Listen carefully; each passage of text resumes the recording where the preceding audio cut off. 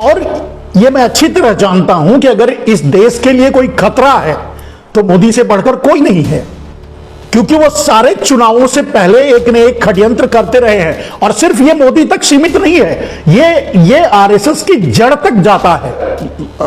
मतलब नरेंद्र मोदी और भारतीय जनता पार्टी और आरएसएस का जो षड्यंत्र है, हर षड्यंत्र एक से बड़ा है। देश को आजाद कराने के लिए ये ना बंदूक उठाने वालों में से थे और देश को आजाद कराने के लिए ना ये नारा लगाने वालों में से थे। पत्रकार हिम्मत तो है नहीं, गोदी मीडिया कर नहीं सकती, दूसरी मीडिया को इंटरव्यू देंगे नहीं।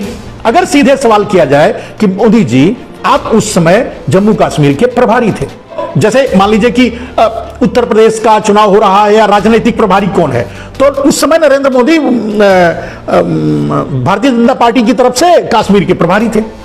जम्मू कश्मीर से बड़ा हथियार इनके पास कोई नहीं था, क्योंकि उस हथियार के जरिए ये उसे लंबे समय तक अपने चुनावी मुद्दे के रूप में भुना सकते थे। ये तो रथ यात्रा लेकर के वोट मांगने निकले थे। ये धार्मिक भगवान के नाम पे और इस तरह का प्रोपेगेंडा रच करके और इस तरह का कत्लेआम करके, जिसके लिए खुद ही वो जिम्मेदार थे, उन लाशों का भी इस्तेमाल किया जिनका कत्ल इन्होंने करवाया। उन्हीं की लाशों पर खड़े होकर के 1991 में इन्होंने वोट मांगा। और यही वो समय है जब भारत के बिकने की नींव रखी गई। यही वो 5 साल है जिसमें भारत के बेचने की योजनाएं बनाई गई कि भारतीय जनता पार्टी और आरएसएस का जन्म सिर्फ और सिर्फ षड्यंत्र के लिए हुआ। इसे कहते हैं मानसिक गुलामी। भारत आज अपनी मानसिक गुलामी की पराकाष्ठा पर पहुंच चुका है। जिस ढंग से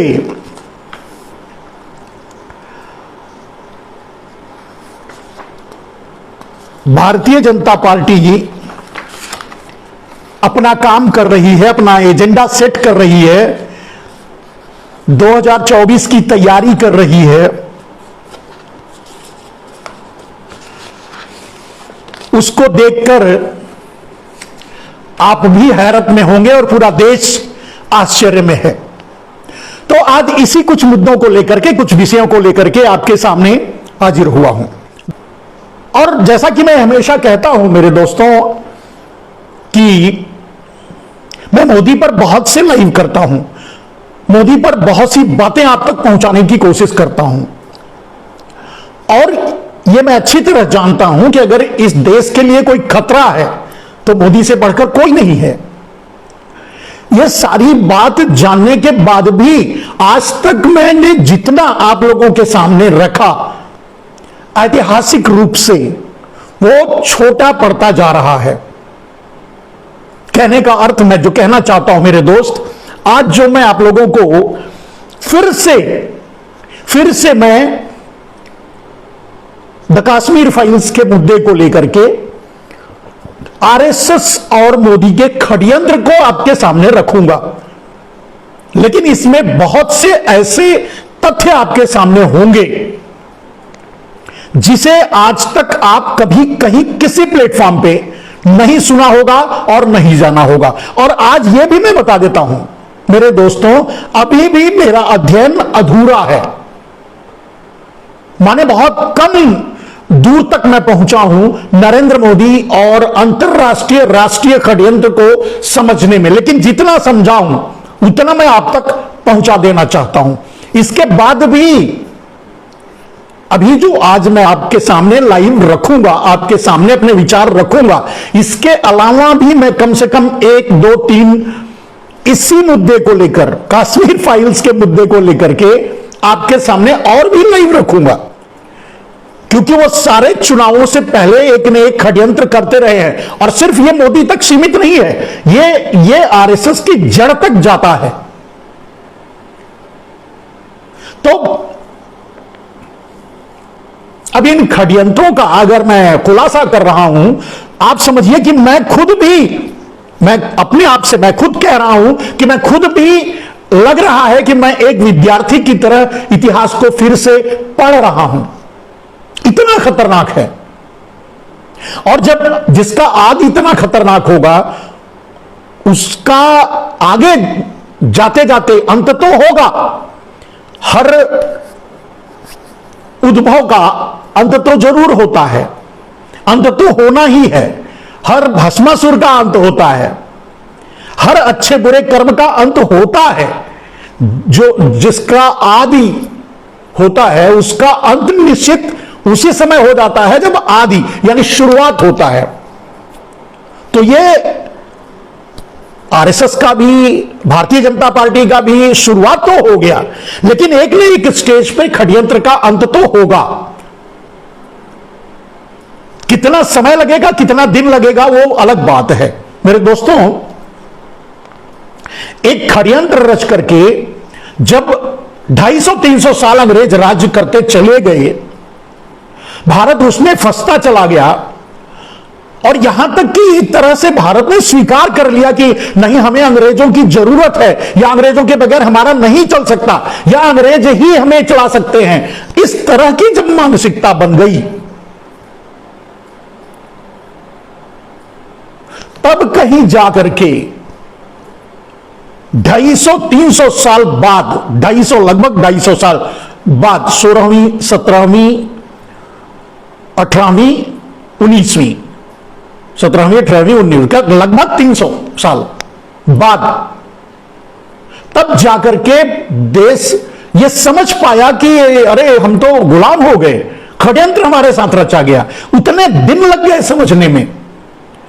तो षड्यंत्र ऐसे ही होते हैं। और मेरे दोस्त, ऐसा नहीं है कि उस समय जब अंग्रेज भारत को गुलाम कर रहे थे तब कोई बोल नहीं रहा था, बोलने वाले भी थे, लेकिन उनके साथ खड़े होने वाले भी थे। मैं आज आपको इतिहास में बहुत पीछे नहीं ले जाऊंगा। किया क्या गया, ये बड़े आराम से वहां लोगों का पलायन होने दिया, लोगों को मरने दिया। और यूं कहिए, अगर मैं सीधे कहूं तो इन लोगों का सीधे हाथ था वहां कत्लेआम करवाने में, और वहां के कश्मीरी पंडितों को वहां से विस्थापित करवाने में, वहां से हटवाने में, या वहां से वो लोग भाग कर आए। इनकी पूरी की पूरी मिली भगत थी, साजिश थी। ये पूरी की पूरे ये साजिश में शामिल थे। क्यों? क्योंकि अगले चुनाव में इन्हें मुद्दे की जरूरत थी। इनकी सीट थी 85, इन्हें सीट को बढ़ानी थी। राजनीतिक खेल। एक मिनट, अब अगर सरकार से आप किसी XYZ, एक नादान, एक बच्चा भी ये सवाल करे कि भाई कश्मीर में जो हुआ वो बहुत गलत हुआ, बिल्कुल सही बात है। कश्मीर में जो हुआ बहुत ही जुल्म हुआ, यह भी सही बात है। कश्मीर में जो हुआ वो किसी भी कीमत पे नहीं होना चाहिए था, यह भी सही बात है। कश्मीर में जो हुआ वो कहीं भी होगा तो नहीं होने दिया जाएगा, यह भी सही बात है। लेकिन कश्मीर में जो हो रहा था वो क्यों हुआ? और सबसे बड़ी बात, अगर यह पूछा जाए कि कश्मीर में जो उस समय हो रहा था,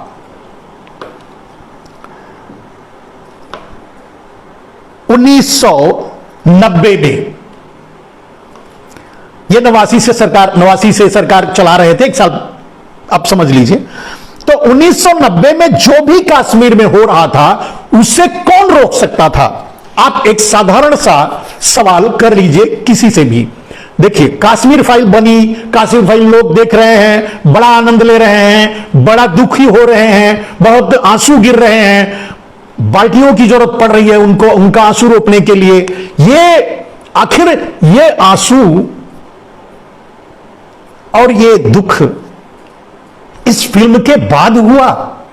क्या यह जानकारी या तथ्य नरेंद्र मोदी सरकार या पूरा देश नहीं जानता है? जानता है। लेकिन आश्चर्य यह भी है कि नरेंद्र मोदी यह कहते हैं कि ऐसे सच लोगों के सामने जाना चाहिए।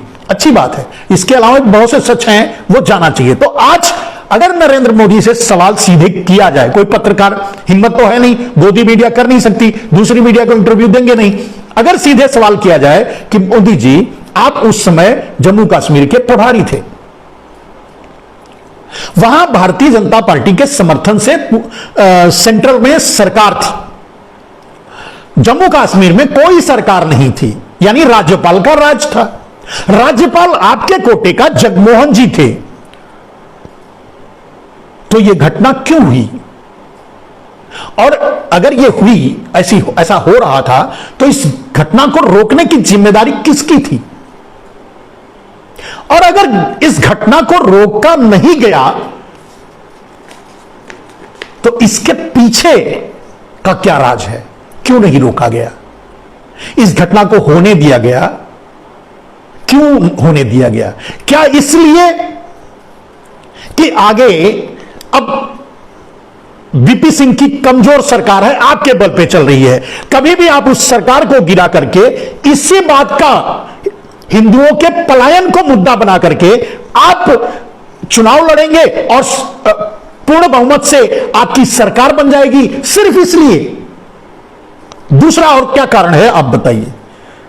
भारतीय जनता पार्टी के सारे नेताओं से मेरा पूछना है, मैं पूछना चाहता हूं, मैं जानना चाहता हूं, भारतीय जनता पार्टी के सारे नेता ये इस बात का जवाब दें कि जब उस समय रोकना की जिम्मेदारी आपकी थी, रोकने का पावर आपके हाथ में था, तो वो कत्लेआम क्यों होने दिया गया, वो पलायन क्यों होने दिया गया, वो अन्याय क्यों होने दिया गया, जिसके लिए आज आप बल्टी भर भर के आंसू बहा रहे हैं इतने दिनों बाद? इसका कोई जवाब है? और सबसे बड़ी बात नरेंद्र मोदी जी से, मोदी जी तो जैसे मान लीजिए कि उत्तर प्रदेश का चुनाव हो रहा है या राजनीतिक प्रभारी कौन है, तो उस समय नरेंद्र मोदी भारतीय जनता पार्टी की तरफ से कश्मीर के प्रभारी थे, जगमोहन उनकी ही पार्टी के कोटा के राज्यपाल थे, वीपी सिंह को कभी भी कान मुरेर करके उनसे काम लिया जा सकता था, सेना को आदेश दिया जा सकता था, सेना को लगाया जा सकता था, तुरंत कंट्रोल किया जा सकता था, क्यों नहीं किया गया? गोलियां क्यों नहीं चलवाई गई? रोका क्यों नहीं गया? प्रोटेक्शन क्यों नहीं दिया गया? कश्मीरी हिंदुओं को भागने, कश्मीरी ब्राह्मणों को भागने क्यों दिया गया और उन्हें वहां से विस्थापित क्यों करवाया गया? फिर उन्हें ला करके दिल्ली में बसाया या जो भी किया उसके बाद उनका वो अलग इशू है, लेकिन वो हुआ क्यों और उसके लिए जिम्मेदार कौन है? अब इससे बड़ा कोई प्रमाण तो मैं नहीं समझता कि मिलेगा, लेकिन जब आदमी नंगा होकर झूठ बोलने लगे और झूठ को लोगों के सामने सच बताने लगे और लोग आंख बंद करके सच मानने लगे, तो क्या किया जा सकता है? और सीधी सी बात, मैंने कहा कॉन्स्पिरेसी, इसमें भारतीय जनता पार्टी की कॉन्स्पिरेसी थी, भारतीय जनता पार्टी आरएसएस सीधे इन्वॉल्व था इस घटना में। क्या इस फिल्म में यह भी दिखाया गया है या इस फिल्म में यह सवाल उठाया गया है कि उसको कौन रोक सकता था, इसके लिए कौन जिम्मेदार है? नहीं, माने आधा सच अधूरा सच, लेकिन वो करवाया क्यों गया, सबसे बड़ी बात। अब आपका सवाल होगा कि भारतीय जनता पार्टी इतना बड़ा नरसंहार करवा दिया, यह सच है, इसमें कोई दो राय नहीं। आप इस घटना को खंगाल कर देख डालिए, कोई भी ईमानदार अगर फिल्मकार होता तो सीधे भारतीय जनता पार्टी का नाम लेता और यह कहता कि उस समय की सरकार जिम्मेदार थी, यानी भारतीय जनता पार्टी जिम्मेदार थी, इस घटना के लिए पूरे जिम्मेदार है। लेकिन इनको ऐसी जरूरत थी क्योंकि ये खूनी खेल से ही तो राजनीति की शुरुआत किए हैं, खूनी खेल से ही तो राजनीति कर रहे हैं, खूनी खेल के ही तो माहिर हैं। अब मेरे दोस्त, मैं 2002 में जब नरेंद्र मोदी मुख्यमंत्री बनकर गुजरात गए थे, तब से लेकर आज तक, तब से तो छोड़ दीजिए, तब से नहीं, लेकिन जब से वो 2000 प्रधानमंत्री बने हैं तब से उनके इतिहास को खंगालकर मैं इस पर सवाल उठाता रहा हूं कि नरेंद्र मोदी 2002 में मुख्यमंत्री क्यों बनाए गए, और इस सवाल का जवाब मैं भी तलाशता रहा हूं, आप लोगों को भी, आप लोगों के सामने डालता रहा हूं। मेरे दोस्त, अब ये सवाल का जवाब मिला कि नरेंद्र मोदी, इतने बड़े बड़े गुजरात के नेता जहां मौजूद थे, वहां नरेंद्र मोदी उस समय जब 2001 में उनको, अब ये 2001, ध्यान दीजिएगा, 2000 में उनको मुख्यमंत्री बनाया गया, उस समय उन्हें उसी कत्लेआम का और उसके बाद की और भी बहुत सी घटनाएं हैं, इन्हीं षड्यंत्रों और कत्लेआम का पुरस्कार दिया गया मुख्यमंत्री बना करके।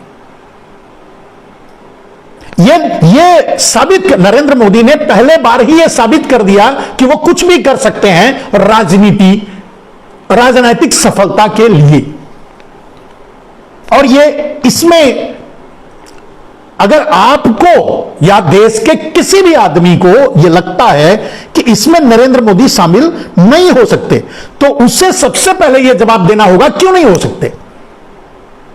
क्योंकि इसी नाम पर मैंने कहा कि 1989 में 85 सीट थी, इन्हें ये संतुष्ट नहीं थे, वीपी सिंह की सरकार बनानी पड़ी। ये तो उस समय 1985 में सपना देखे थे, 1989 में ये सपना देखे थे कि ये पूरी सरकार बना लेंगे, नहीं बना पाए थे।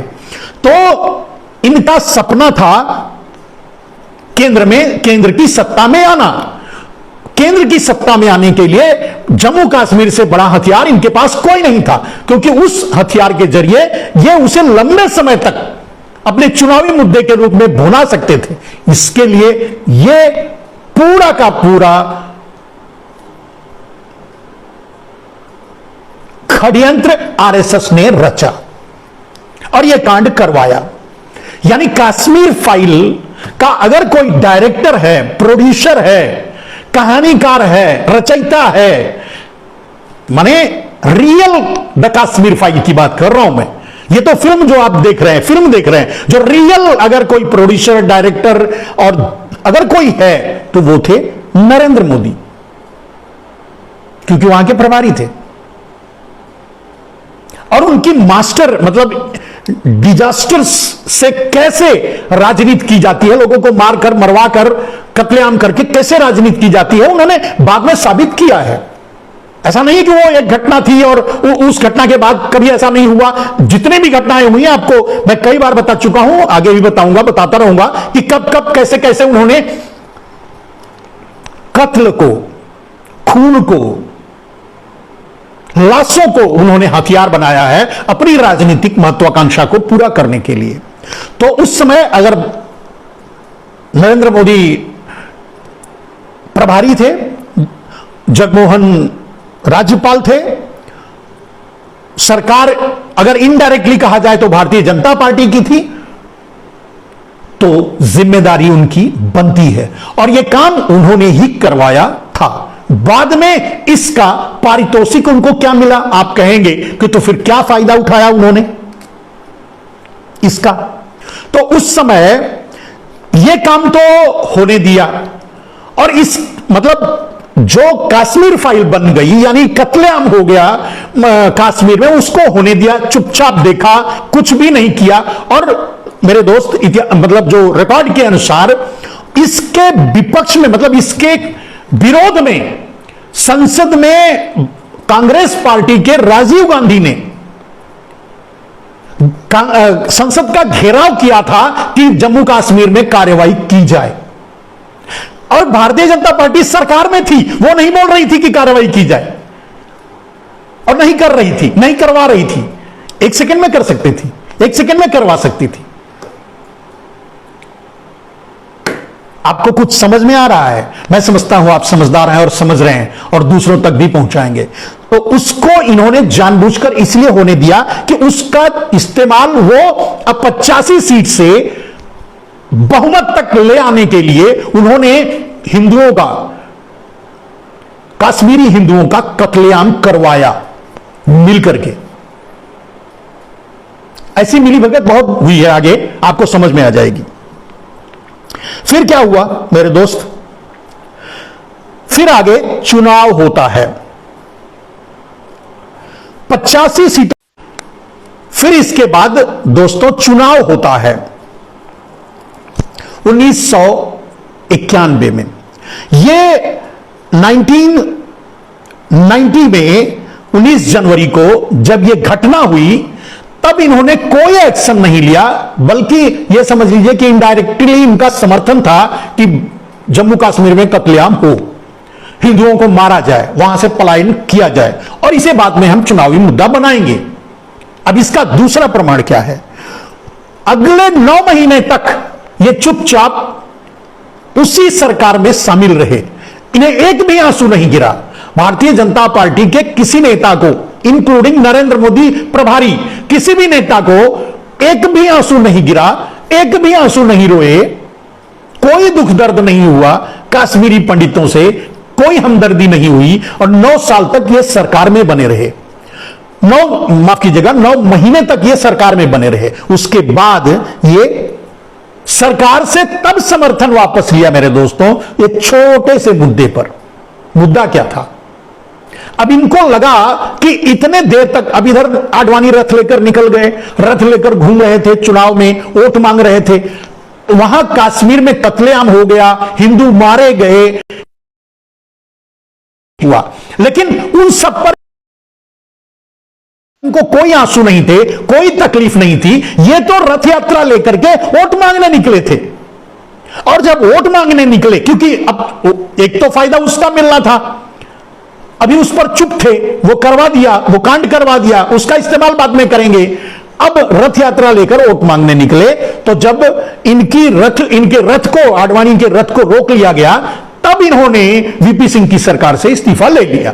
मतलब वो तो एक सेकंड में वो समर्थन वापस ले लेते, इस्तीफा देना ही पड़ता वीपी सिंह को। यानी तब इन्होंने सरकार से समर्थन वापस लिया, सरकार गिर गई।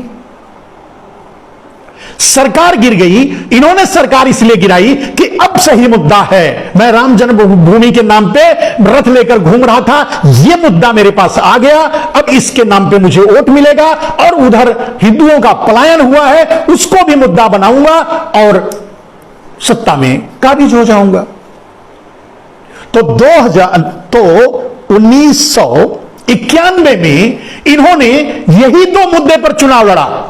हिंदुइज्म, हिंदू खतरे में है, कश्मीरियों का पलायन हो गया, ये हो गया, पंडित मारे गए, और फिर इधर राम मंदिर बनना चाहिए, मंदिर वहीं बनाएंगे, वगैरह वगैरह, ये धार्मिक भगवान के नाम पे, और इस तरह का प्रोपेगेंडा रच करके और इस तरह का कत्लेआम करके, जिसके लिए खुद ही वो जिम्मेदार थे, उन लाशों का भी इस्तेमाल किया। यानी जो कश्मीर पंडित मारे गए, उनकी लाशों पर खड़े होकर के अब ये वोट मांग रहे थे 1991 में।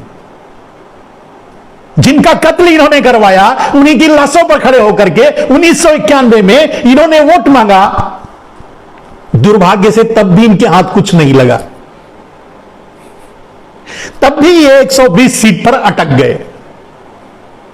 ठीक है, सारा इनका किया धरा फेल हो गया, ये कुछ नहीं कर पाए। इनकी मंशा, आरएसएस और इनकी जो मिलीजुली मंशा थी, जो करना चाहते थे वो नहीं कर पाए मेरे दोस्त। बीच बीच में प्रदेशों में, कुछ प्रदेशों में इनकी सरकारें शायद बननी शुरू हो गई थी, वगैरह वगैरह, जो भी हो रहा था, मैं उस डिटेल में नहीं गया। तो 1991 में 120 सीटें इन्हें मिली। 1991 में 20 सीटें जब मिली तो नरसिंहा राव प्रधानमंत्री बने। ध्यान से सुनिएगा मेरे दोस्त। अब आरएसएस तड़पने लगा कि ये तो दोनों मुद्दा उतना काम नहीं कर पाया, दोनों मुद्दा फेल हो गया।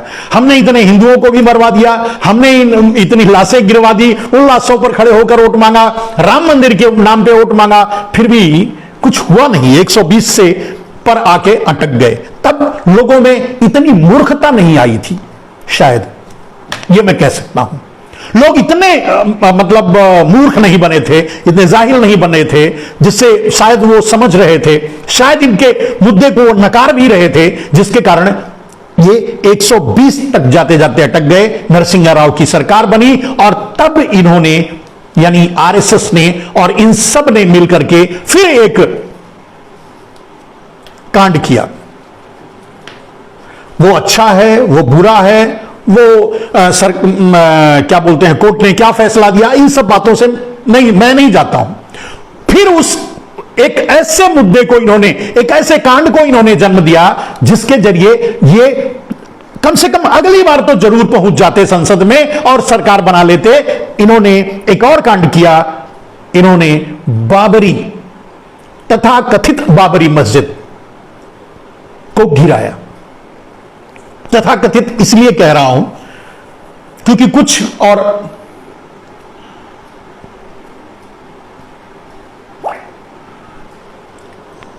पुरातत्व विभाग और सरकार और हम जैसे लोगों का मानना है कि वहां तो बाबरी मंदिर था ही, तो जो ढांचा गिरा वो मंदिर ही था। जो भी हो, सरकार और इस विषय को वह अलग रखते हैं, इस पर कभी और बात करेंगे। लेकिन मुख्य बात यह है कि उसके जरिए, जैसे अगर बाद में कोर्ट ने फैसला दे दिया तो उस ढांचे को गिराकर ही वहां मंदिर बनता। अगर कोर्ट ने यह कह दिया कि यह जगह हिंदुओं की है और हिंदू मंदिर बना सकते हैं, जैसा कि आज हुआ, तो ऐसा अगर कोर्ट कहता, चाहे जब भी कहता, तो वहां ढांचा वो रहता, तब भी मंदिर बनता, गिरा के बनता, लीगली गिरा के बनता। लेकिन इन्होंने गिराया उस समय। अब आप सोचेंगे कि इतना बड़ा काम कर दिया हिंदुओं के लिए, ये किया वो किया वगैरह वगैरह वगैरह। आप लेकिन आप ध्यान से सुनिए, इनको इस घटना से यह नहीं था कि मंदिर बनेगा, बन जाएगा, ये इनको यह था कि हमारी 120 सीट आगे कैसे बढ़ेगी, हम 120 सीट को आगे कैसे बढ़ाएं। तो नरसिंहा राव की सरकार जब कार्यकाल खत्म होने से पहले उस पीरियड में इन्होंने इस तरह का काम किया। ऐसे बहुत से काम किए हैं, कभी और वो सारी चीजें अगर बोलने लगूंगा तो वो पूरा समय निकल जाएगा। तो और भी बहुत से कांड किए हैं, लेकिन उनमें से एक बड़ा यह काम है जिसको इन्होंने अंजाम दिया, फिर उसके नाम पर वोट मांगा। मेरे दोस्त, नरसिंहा राव पूरे कार्यकाल अपना कार्यकाल पूरा किया और उन्होंने 5 साल सरकार चलाई। 1996 में फिर चुनाव हुआ। जब फिर चुनाव हुआ 1996 में, तब भी इतने कर्मकांडों के बाद, इतने अत्याचारों के बाद, इतने घालमेल घोटाले के बाद भी इनको 20 सीट ही आगे बढ़ी। पहले 120 थी, बाद में 40 बढ़ी तो 161 हुई, और तब भी 182 सीट पे जाके अटक गए कहीं कुछ 1998 में।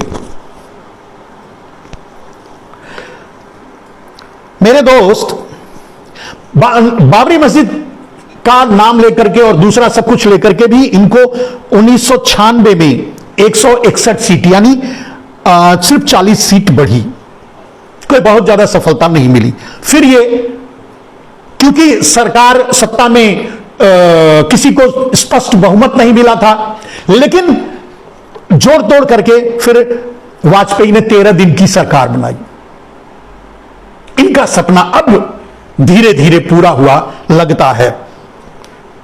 जम्मू कश्मीर के कत्लेआम से लेकर बाबरी मस्जिद से लेकर ये सारे कांडों से लेकर, धर्म के नाम पर वोट, राम मंदिर के नाम पे वोट, या दूसरे सारे ड्रामों को लेकर के इन्होंने इतने दिनों में यही हासिल किया।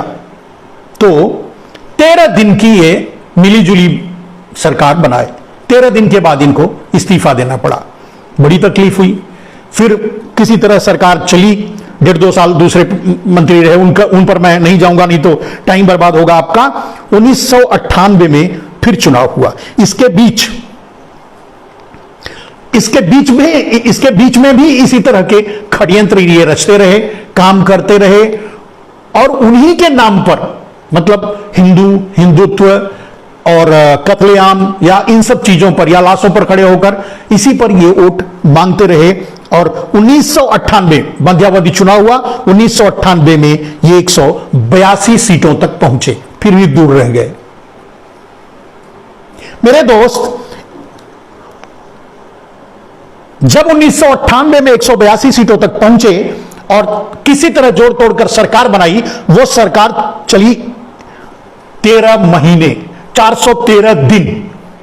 अब 413 दिन सरकार तो चली, लेकिन इनके मन में यह समझ में आ गया, इन्होंने यह तय कर लिया कि अगली सरकार हमें बनानी है, चाहे जो भी हो, कैसे भी करके। 13 महीने सरकार चलाए और उसी में इन्होंने कारगिल युद्ध किया। कारगिल वार भी इन्हीं की अध्यक्षता में हुई, इन्हीं के। और आप जानते हैं कारगिल वार पर बहुत ज्यादा सवाल उठ चुके हैं कि क्यों नजरअंदाज किया गया, क्यों वहां से इन्फिल्ट्रेशन होता रहा, आतंकवादी आते रहे, या पाकिस्तान से समर्थित आतंकवादी सैनिक जो भी थे वहां आते रहे, और क्यों साइलेंट रहा गया। तो मेरे दोस्तों, जब आपको पता चलेगा, जब आप जाएंगे इसके डीप में, तो आपको पता चलेगा कि यह पाकिस्तान से मिलजुल कर लड़ा हुआ एक युद्ध था, जिसमें हमारे, इनके तो नहीं मरते, हमारे और आपके घरों से, हमारे आपके घरों से हमारी रक्षा के लिए हमारे हजारों सैनिकों ने अपने प्राणों की आहुति दी, तब जाकर के कारगिल वार खत्म हुआ। मात्र इनको मुद्दा चाहिए था, कारगिल वार होता ही नहीं। कारगिल पर जो पाकिस्तान का कब्जा बना वो होना ही नहीं था, अगर इंटरनली इनका इशारा या मिलीजुली मिली भगत नहीं होती तो। उसका एक और उदाहरण उसी समय उस युद्ध में ही सामने आया कि बहुत से, कारगिल वॉर जब भारत की सेना ने जीत लिया, उस समय बहुत ज्यादा कई हजार सैनिक बंदी बनाए गए, लेकिन उसे अटल बिहारी वाजपेयी ने सेफ पैसेज देकर के वापस भेज दिया। यह इसका सबसे बड़ा प्रमाण था कि यह मिला जुला वार था, सोची समझी साजिश थी, मात्र अपने आप को पूर्ण बहुमत में लाने के लिए। मेरे दोस्तों, 13 महीने की सरकार चली गई और आप जानते हैं कारगिल युद्ध को, हमारी सेनाओं के वीरता को इन्होंने मुद्दा बनाया और उसी पर चुनाव लड़ा, उसी का इस्तेमाल किया और 1998 की और 1999 में तब ये कुछ लोगों के साथ मिलकर के, कई पार्टियों का गठबंधन करके, गठजोड़ करके, तब कहीं जाकर के ये संसद में बहुमत हासिल कर पाए, मिल करके, अकेले नहीं। इतना षड्यंत्र करने के बाद, इतना कत्लेआम, इतना खून बहाने के बाद, इतना देश के लोगों का खून बहाने के बाद, इतने लोगों की लाशों पर खड़े होकर के, तब ये 1999 में वाजपेयी की सरकार बनी। मेरे दोस्त, 1999 में जब वाजपेयी की सरकार बनी तो वो 5 साल चली, 6 साल, 5 साल, 6 साल जो भी चली, और यही वो समय है जब भारत के बिकने की नींव रखी गई। यही वो 5 साल है जिसमें भारत के बेचने की योजनाएं बनाई गई। यही वो द्रोह काल समझ सकते हैं, यही भारत का वो द्रोह काल है जब भारत का विनाश शुरू हुआ। जिस विनाश के रास्ते पर एक एक कदम प्रतिदिन भारत आगे बढ़ रहा है, अब नरेंद्र मोदी के नेतृत्व में। मेरे दोस्त, ये बातें आपको बताकर अब 1999 के बाद की कहानी हम आपको बाद में बताएंगे, लेकिन यहां आपको यह मैं बताना चाहता हूं कि भारतीय जनता पार्टी और आरएसएस का जन्म सिर्फ और सिर्फ षड्यंत्र के लिए हुआ, सत्ता के लिए हुआ,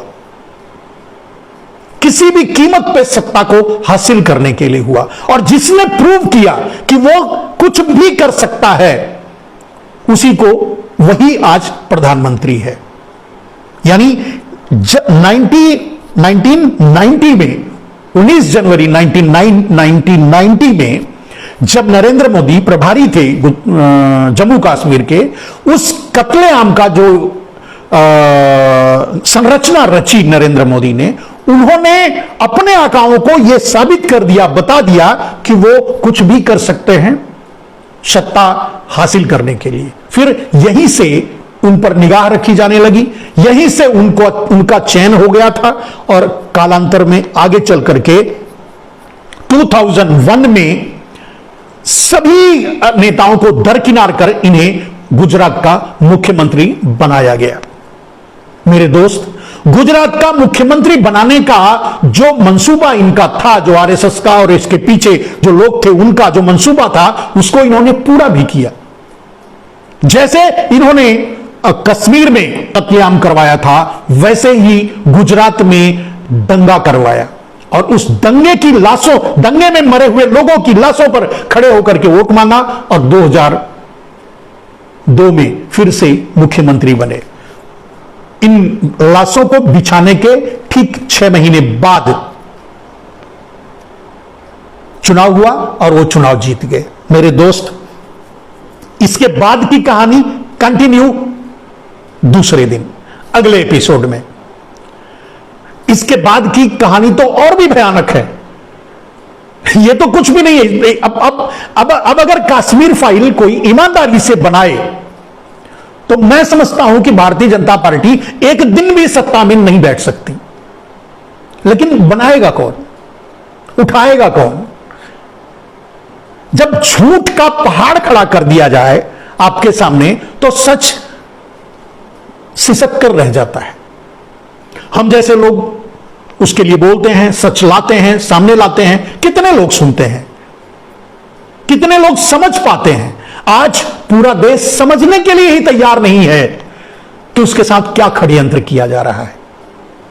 मेरे दोस्त, इसे कहते हैं मानसिक गुलामी। भारत आज अपनी मानसिक गुलामी की पराकाष्ठा पर पहुंच चुका है। लोकतंत्र को खत्म किया जा रहा है।